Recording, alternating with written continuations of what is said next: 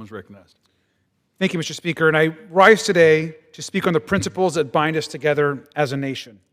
First and foremost, we must acknowledge the human cost of this horrific tragedy.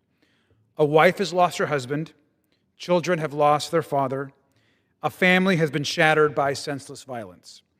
And whatever our personal political views, there should be no hesitation in extending deep sympathy to Charlie Kirk's loved ones, family, and friends.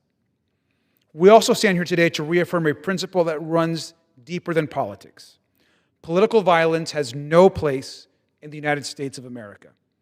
Our democracy rests on a fragile but enduring promise that disagreements are to be aired through speech, through debate, and through the ballot box, not through intimidation, not through violence, and not through bloodshed.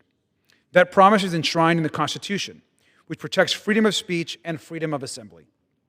Precisely because the framers understood, as we all know, that a democracy cannot function without the ability to argue, to disagree, and sometimes offend each other without fear of retribution.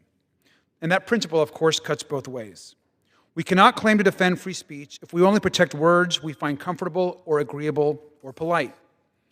The test of our commitment to the First Amendment is not whether we defend the speech we like, it's whether we defend the speech we dislike. Our Constitution demands that we find a way to live together in freedom, even when our visions for the country might differ.